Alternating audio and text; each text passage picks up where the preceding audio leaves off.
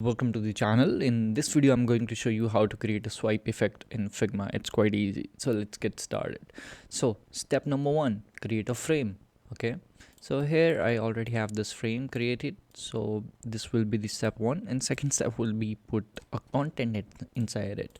You can write down image. Basically, you can write down text. You can put the image, whatever you want to basically add. Just do that. Okay, after this create several cards like this and select all of them. I will add a shadow, some shadow I'll add. Okay, and now select once again all of them and align them together and put inside the main canvas like this. Okay, now duplicate this screen, and here we will create our first swipe effect. So select the first card, rotate it a little bit and drag it outside the screen. Yep, like this.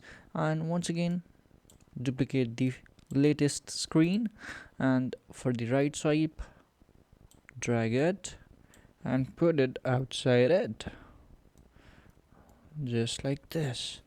And now we should be able to prototype it. Select the prototype option, first card selected. From first card we'll be going to this page, and instead of on click select on drag and make sure it's smart animate.